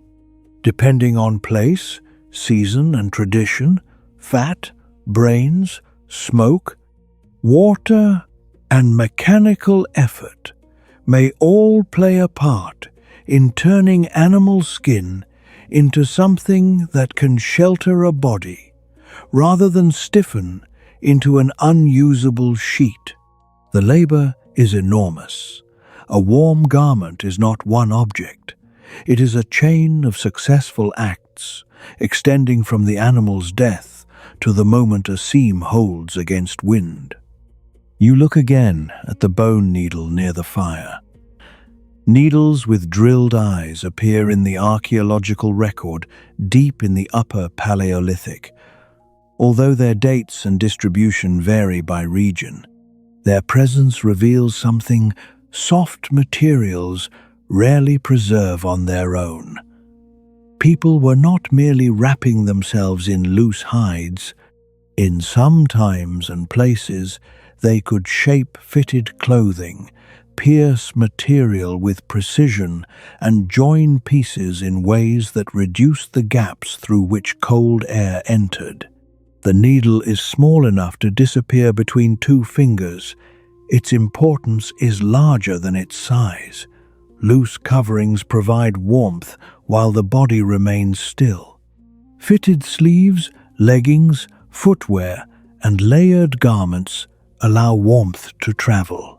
They turn human skin, poorly suited to severe cold on its own, into something capable of crossing open country during glacial seasons. The stone blade, the scraper, the awl, and the needle belong to the same system. Technology here is not a collection of impressive objects. It is a way of extending what the human body can do. The blade gives teeth to the hand. The needle gives fur to the skin. The spear gives distance to the arm. Fire gives summer to a winter shelter, though only in a small circle, and only while people continue feeding it. The stoneworker lifts the finished flake and tests its edge against a thin shaving of wood. It passes cleanly. He does not admire it for long. A tool becomes meaningful through use. He hands it to the person repairing the shaft, and the work continues. The new edge trims fiber. The fiber tightens a binding. The binding holds bone to wood. The repaired point may one day bring food back to the shelter, but tonight its first achievement is quieter. An object that might have failed tomorrow has been restored before failure arrives. You rub your thumb carefully across the dull back of a discarded flake. The stone is cold, but the thought inside it is warm with human intention. 40,000 years from now, someone may find one piece like this beneath layers of sediment. They will measure it, draw it, compare the angle of its scars, and give its method a technical name. They may never know the sound of the fire beside which it was made. They may never know who watched and learned, but the sequence of decisions will remain written in stone. The evening meal does not begin with meat. It begins with sorting. Several shallow containers are placed near the fire. Folded bark, hide pouches, a piece of wood hollowed by patient work. From them come roots, seeds, dried leaves, small fruits preserved past their freshest season, fragments of marrow-rich bone and strips of meat darkened by smoke and time. The famous animals of the Ice Age dominate museum halls because their bones survive and their scale captures the imagination. Mammoths, reindeer, horses, bison, and rhinoceroses leave dramatic evidence. Plants are quieter. Leaves decay. Berries disappear. Wooden digging tools vanish unless unusual conditions preserve them. As a result, the foods that filled many ordinary hours can become less visible than the animals that filled a few dangerous ones. The people around you do not make that mistake. They know the valley by taste as well as tracks. The older woman empties several roots onto a hide. Some are narrow and pale, others thick enough to require cutting. Gathering them demanded knowledge no less detailed than hunting. The correct plant must be recognized in a season when flowers may be absent. The edible portion may lie beneath frozen soil. Some plants are useful raw, others only after soaking, roasting, grinding, or repeated heating. A harmless species may resemble one that causes pain. No child is told simply to eat what looks familiar. They learn where a plant grows, when it changes, what part is taken, what part is avoided, and how much can be removed without destroying the place that may feed the group again. You are given a root and asked to scrape away the outer layer. It smells earthy and faintly sweet. The inside is fibrous. Held too close to the flame, it blackens before softening. Placed near warm stones, it cooks more slowly. Heat changes more than temperature. It can make certain foods easier to chew and digest, soften plant tissues, alter flavor, and reduce some natural defenses. Fire is therefore not only warmth and protection. It is part of the human digestive system, standing outside the body and beginning work before the first bite. A flat stone near the hearth carries a shallow hollow from repeated use. Seeds are placed there and crushed with another stone. The rhythm is dull and steady.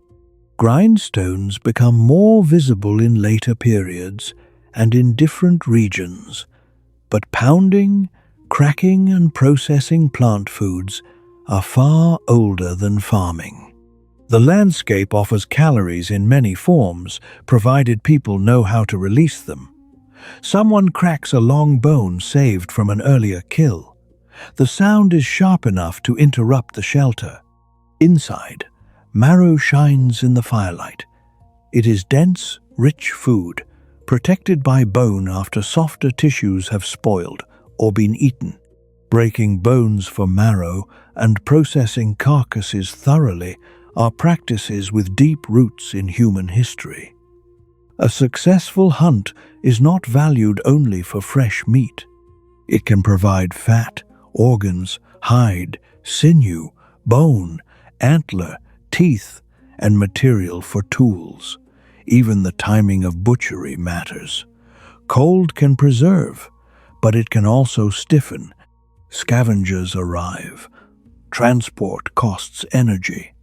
Decisions begin the moment an animal falls. Tonight, there is no fresh kill. That makes the meal more ordinary, not less authentic. The smoked strips are cut into smaller pieces and warmed in liquid. The roots join them. Crushed seeds thicken the mixture. No recipe is written, and no meal is made exactly the same way twice. Taste follows availability. The smell spreads through the shelter.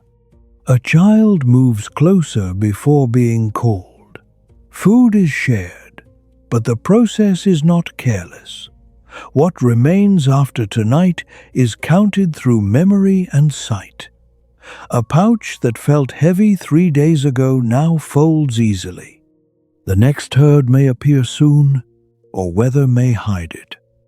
A trap may succeed, a fishing place may fail, or a patch of edible plants may already have been taken by another group. Uncertainty sits beside every meal. So does generosity. The first portion goes to the smallest child, though not necessarily the largest portion. A person who returned from the longest walk receives more fat. The elder receives a softer mixture. One piece is set aside for someone still outside, checking a tether or collecting fuel. No one announces a moral principle. The distribution itself teaches one. You eat slowly. The root has absorbed smoke and fat. The flavor is mild, then bitter near the skin, where your scraping was incomplete. The meat requires work from the jaw. A tiny fragment of grit from the grinding stone appears between your teeth. This is not the perfect, effortless diet sometimes imagined for people before agriculture. Teeth wear. Food can be scarce. Parasites, smoke, accidents, and contaminated water exist. Periods of abundance alternate with seasons of calculation. Yet neither is this a world in which everyone is endlessly starving while waiting for a heroic hunter. Human diets are flexible because humans are flexible. Coasts, forests, steppes, rivers, mountains, and dry interiors each offer different combinations. Some groups depend heavily on large animals. Others take more fish, shellfish, birds, rabbits, nuts, tubers, fruits, or seeds. 40,000 years ago does not describe one menu any more than the modern world does. The people in this valley carry a local library in their appetites. They know what this place gives and what it withholds. They know the taste of a winter that has gone on too long. They know the brief richness after a successful hunt when organs must be eaten quickly and fat can be shared without immediate fear. They know that hunger changes attention, making every smell stronger and every decision harder. Tonight, the meal is enough. That simple fact relaxes the shelter. Conversation returns in fragments. A child imitates the way a mammoth swung its trunk in the distance. Someone corrects the exaggeration with a laugh. The old man turns a bone in his hands, already seeing the tool that may be made from it after the marrow is gone. Food does not end when eating ends. The bones remain useful. The ash will receive scraps. The water vessel will be cleaned with as little waste as possible. A small amount of softened food is kept for morning, when cold bodies will need energy before long work begins. You hold the warm container between both hands. The meal has heated your fingers, your chest, and the air immediately around your face.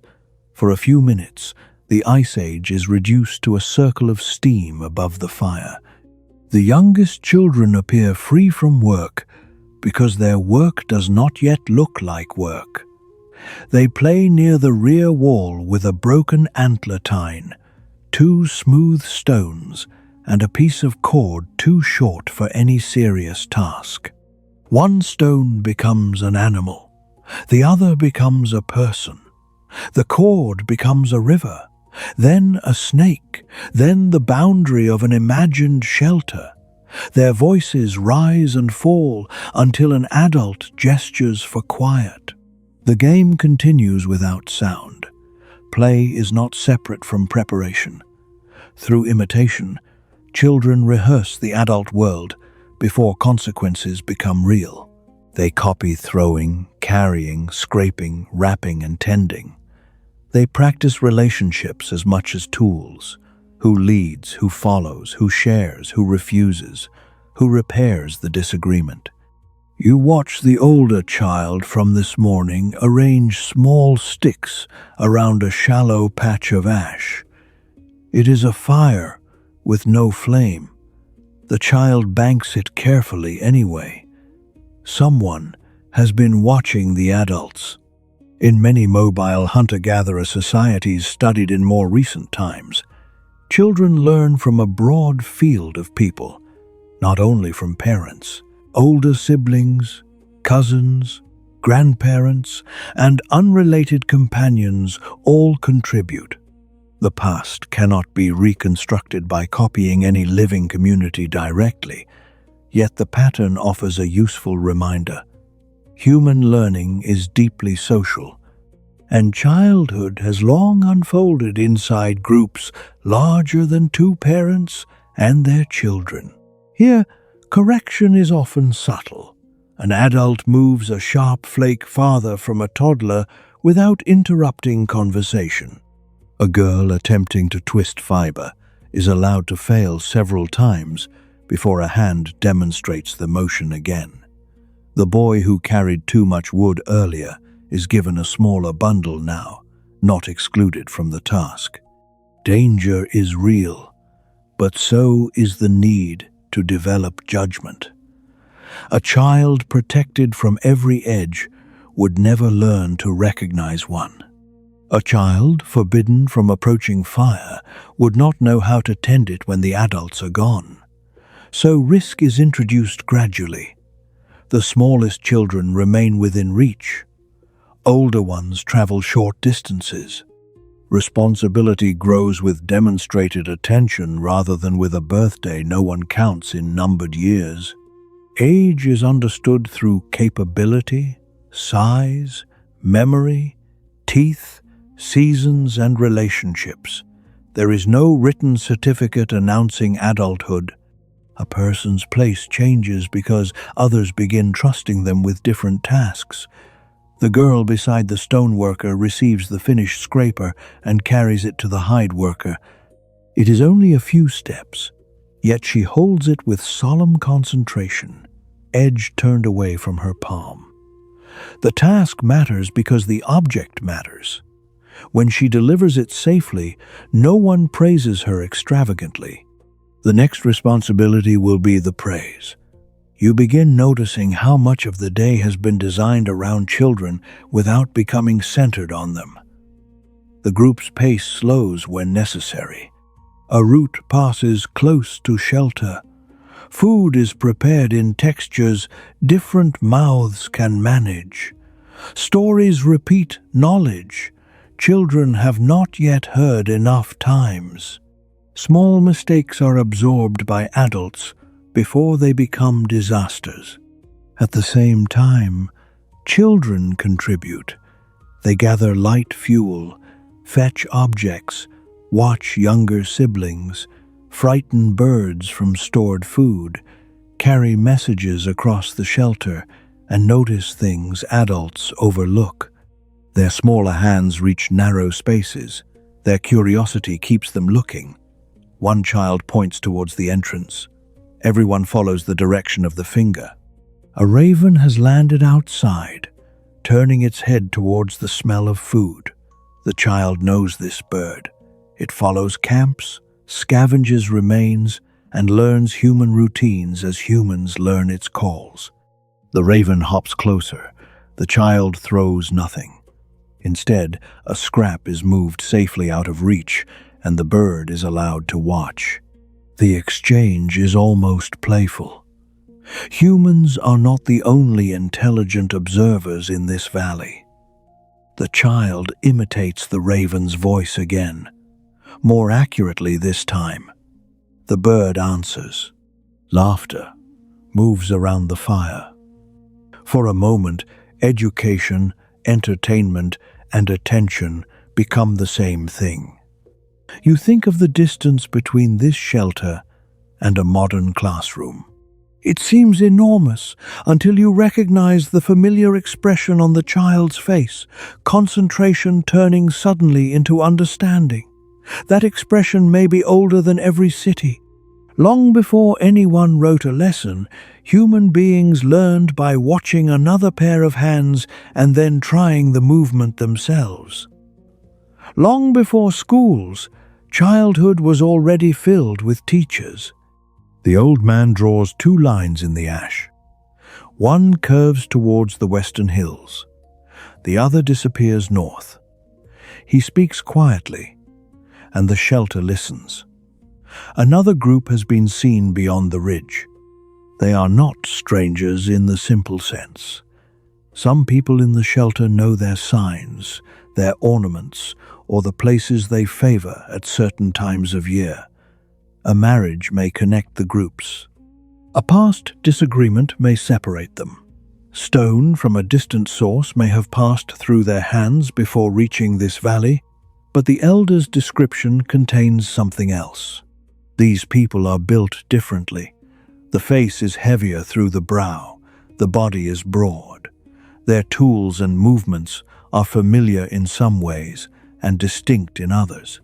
At 40,000 years ago, depending on precisely where in Eurasia this imagined day unfolds, you may be living near one of the most extraordinary thresholds in human history. Modern humans have already spread into parts of Europe and northern Eurasia. Neanderthals still survive in some regions. The overlap is not one single meeting at one single border.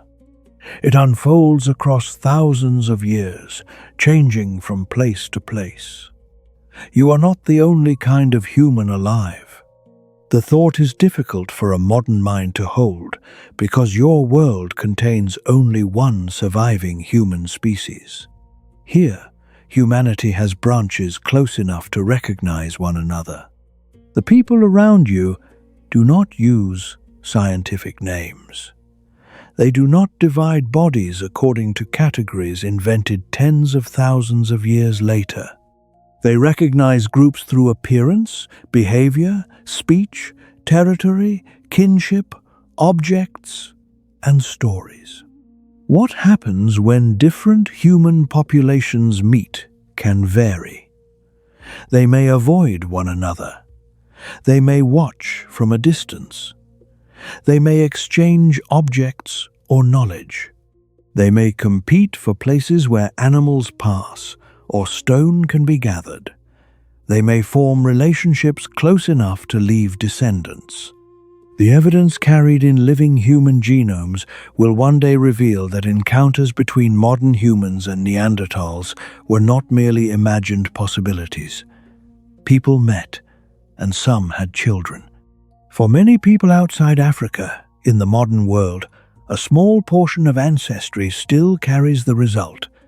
Yet the scene around this fire resists a simple story of one group replacing another in a single dramatic contest.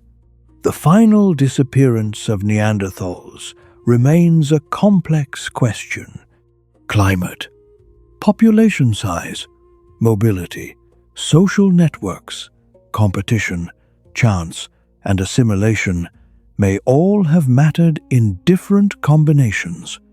Archaeology rarely gives a clean ending to a world lived by individuals. Tonight, the Elder's warning is practical. Do not approach an unfamiliar camp in darkness. Do not assume an empty shelter has no owner. Notice marks left near a path. If smoke rises where none rose yesterday, return and tell the group. The advice would apply to any unfamiliar people. Still, the possibility changes the landscape in your mind. Beyond the hills, another fire may be burning. Around it, another family may be dividing food, repairing tools, soothing a child, and repeating memories. Their language may sound different. Their bodies may carry adaptations shaped through long histories in cold Eurasian environments.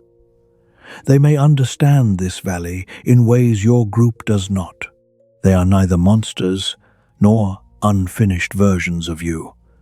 They are human beings of another population, with their own competence, care, and inheritance. You look at the faces around your fire. Somewhere in the recent ancestry of early modern humans, encounters with Neanderthals have already occurred. The boundary the modern imagination draws so sharply may be less clean in living families. A person can carry more than one history without knowing it. The old man wipes one line from the ash. The map disappears immediately. The people beyond the ridge do not disappear with it. For the rest of the evening, the knowledge remains quietly at the edge of the shelter. The world is larger than your group, and humanity is larger than the form you know best. The most dangerous thing in the valley is not always the largest animal. It may be a wet foot, a cut beneath a layer of hide, smoke that refuses to rise, a river edge that appears solid, a wrong turn made late in the day. Prehistoric danger is often shown with teeth, cave lions, wolves, bears, and mammoths charging through snow. Those animals are real, and people respect them. But the risks that shape daily behavior are frequently smaller and less visible. Cold becomes dangerous gradually. First, fingers lose precision. A knot becomes harder to tie. A tool slips. Judgment narrows. The person who most needs to recognize the problem may become less able to do so. Clothing, therefore, must be adjusted before the body feels desperate. Wet material must be removed, dried, or replaced. Movement must create warmth without spending too much energy. The people around you watch one another for signs. No one asks a child to explain whether the cold has become serious. A hand touches the neck. A face is studied. Speech, movement, and attention reveal what the child may not recognize. Fire carries its own dangers. A shelter made warm by flame may fill with smoke. Sparks can reach dry grass, hides, or stored fuel. A person sleeping too close may be burned. A person too far away may remain cold. The hearth has no guard, no alarm, and no chimney engineered to modern standards. Safety is produced by habit, where bedding is placed, how fuel is stacked, who wakes, how ash is drawn over coals. Tools create injuries as easily as solutions. A new flint edge cuts hide because it can cut flesh. A bone point can enter the hand during repair. Wood splinters, heavy stones crush fingers. Carrying an animal over uneven ground strains joints and backs. There is no separate workplace where risk remains after the worker goes home. Work happens wherever life happens. Infection does not announce itself immediately. A small cut may seem unimportant until warmth, swelling, and pain arrive days later. People have plant knowledge, cleaning practices, and accumulated experience, but no germ theory, antibiotics, or sterile instruments. Some wounds heal, some treatments help, others fail. Illness can move through a closely sleeping group before anyone understands its path. Teeth may become emergencies. A cracked tooth, exposed nerve, or abscess can transform eating and sleeping. Wear accumulates from grit, fibers, and hard foods. A person who cannot chew may require food prepared differently by others. Once again, survival becomes social. Childbirth carries risk. Infancy carries risk. A season of poor food makes every illness heavier. None of this means people live in constant terror. Humans cannot remain fully afraid every hour and still perform the careful work life requires. Risk becomes familiar. People develop routines, humor, and confidence around it. The river is dangerous, but water must be collected. Stone is sharp, but tools must be made. The night contains predators, but sleep must arrive. You see this balance when the man near the entrance checks the binding on his footwear. Nothing is wrong yet. That is why he checks. A loosened seam repaired beside the fire is an inconvenience. The same seam opening during a long walk can wet the foot, slow the group, and expose everyone to a late return. Prevention rarely becomes a story. That is precisely why it matters. The shelter survives because dozens of failures are interrupted before becoming events anyone would remember. A child is moved away from smoke. A blade is turned from an open palm. Water is tested. A route is abandoned when clouds thicken. A person who begins limping is given less weight to carry.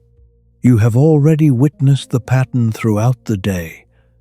The group did not chase the wounded reindeer because wolves were near and the return would be late. They gathered dry moss before it became urgent. They preserved food instead of eating every available piece. They repaired tools before the next journey. Intelligence here often appears as restraint.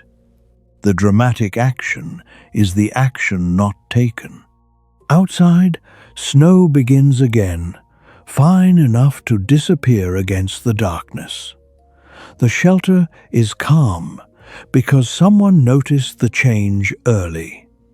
Fuel has been brought inside. The entrance is narrowed. Wet items are placed where heat can reach them without flame. No predator approaches. No roof collapses. No one becomes lost. This ordinary lack of disaster is not an absence of story. It is the result of skill. For a while, nobody speaks. The snow outside has thickened enough to soften the shape of the entrance.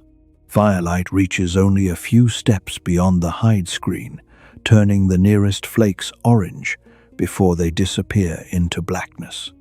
Beyond that small boundary, the valley continues without you. Animals move, whether human eyes are watching or not. A fox crosses the older tracks near the river. Ravens settle with heads beneath their wings. Reindeer stand close enough to share warning. Wolves travel in a line that saves energy, placing paws where another body has already broken the snow. The night is not empty. It is simply occupied by lives adapted to darkness. Human senses are capable, but they are not the finest senses in the valley. A wolf hears movement hidden beneath snow. A reindeer notices scent carried from far across open ground. An owl turns faint sound into direction. People answer these disadvantages with fire, tools, cooperation, and interpretation. One person hears what you thought was only wind. Their head lifts. Everyone nearby becomes still. A low sound travels from beyond the rocks, then fades. It may be an animal calling at distance. It may be ice shifting along the river. No one rushes outside to discover the answer. Curiosity is balanced against the safety of the shelter. After several breaths, ordinary movement resumes. The moment reveals how attention works here. People do not remain frightened by every noise, but they do not ignore unfamiliar patterns. The known sound of snow sliding from a branch receives no response. A repeated scrape near stored food would. A wolf far across the valley is part of the night. A wolf circling silently near the entrance would change it. Experience separates background from warning. You sit close enough to the hearth that warmth reaches one side of your face. The other side feels the cool air traveling from the entrance towards the smoke opening. The shelter itself makes wind visible through temperature. Outside, the stars remain hidden by cloud.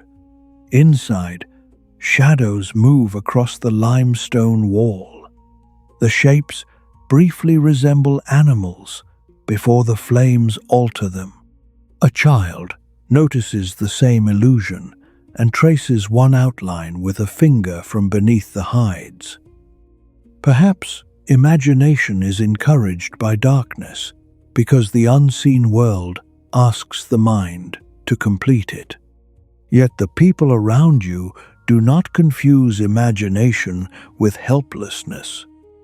They know the landscape contains danger.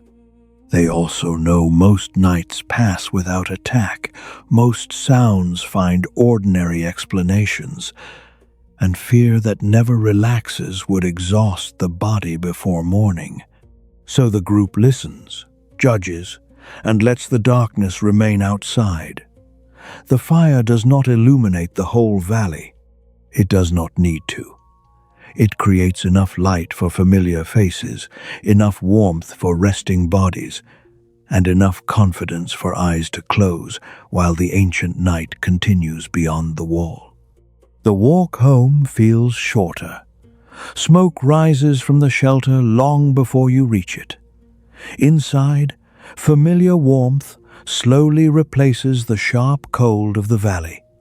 Fresh wood is placed carefully across the glowing embers. Nobody throws fuel carelessly. Every branch has been carried, dried, and protected for days. The flames answer with quiet crackling. Faces glow amber in the firelight. Someone quietly laughs. A child copies the call of a raven. An elder smiles without interrupting. You begin to notice that happiness here is rarely loud. It appears in small moments, shared by everyone together. Outside, darkness returns across the ice age. Inside, light continues to dance upon stone, hide, and patient faces. The world beyond the shelter remains vast and dangerous. Yet for one peaceful evening, the fire keeps that enormous wilderness outside. darkness returns, long before anyone thinks about sleep. The fire burns brighter now, not because more wood has been added, but because every face has gathered close around it. There are no books, no paintings hanging on walls, no written history waiting to preserve names. Everything your people know must pass from one living mind into another. An older hunter begins speaking. His voice is calm, slow, and familiar. Perhaps he is describing a valley beyond the mountains. Perhaps he is remembering a hunt from many winters ago. Perhaps he is warning the children about thin river ice when spring finally arrives. You cannot know every word, yet you recognize something timeless. This is history before history. Knowledge survives because someone chooses to tell it one more time. Winter is not remembered by dates. It is remembered by stories. One elder quietly points toward the distant mountains where the snow never truly disappears. He speaks of a season when the rivers froze so deeply that people crossed places normally filled with rushing water. Another remembers a winter when reindeer arrived weeks later than expected. No one argues over exact numbers. Accuracy lives inside experience. The children listen because one day these memories will become their own guide. Long before written calendars, survival depended on remembering patterns hidden across many years. You begin to understand that wisdom here is not collected from books. It is collected from winters. Later, you step outside once more. The fire remains safely behind you while the night stretches across the Ice Age landscape.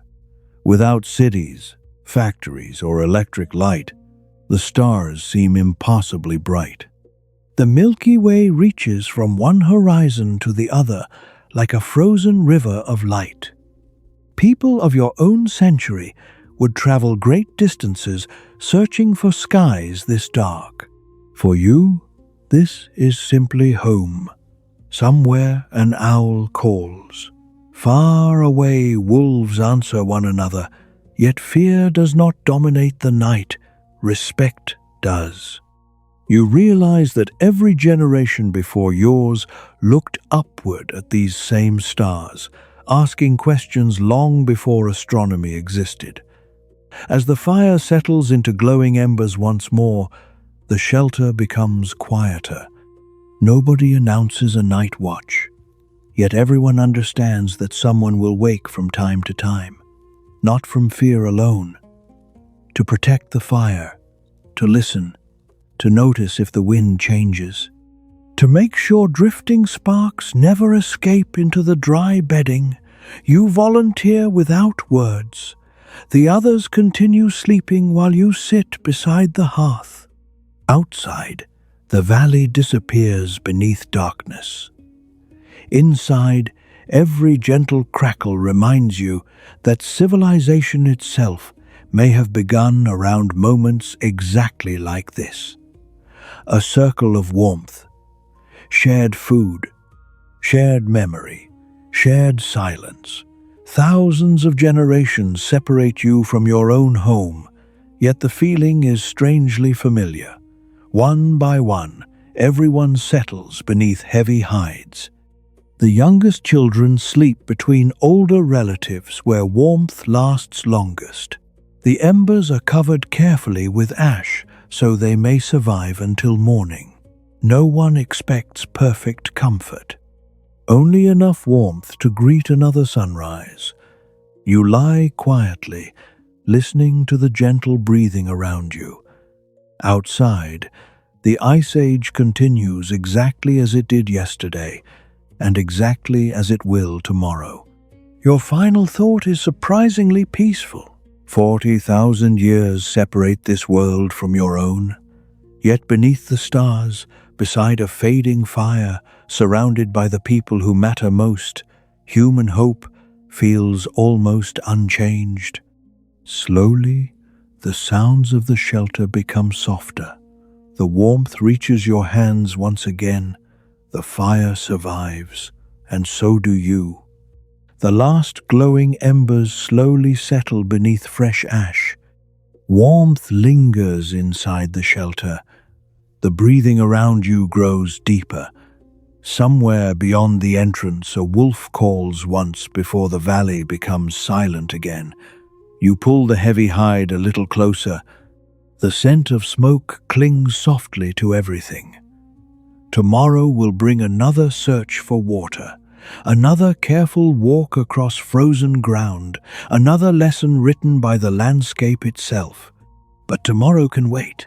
Tonight, you have crossed 40,000 years, watched mammoths beneath an untouched sky, learned to read the earth without words, and discovered that the earliest people were not defined by hardship alone. They were defined by patience, generosity, curiosity, and hope. Those quiet human qualities have survived every age since.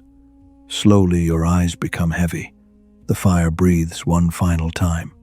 The ice age continues beyond the shelter, and you drift peacefully into sleep.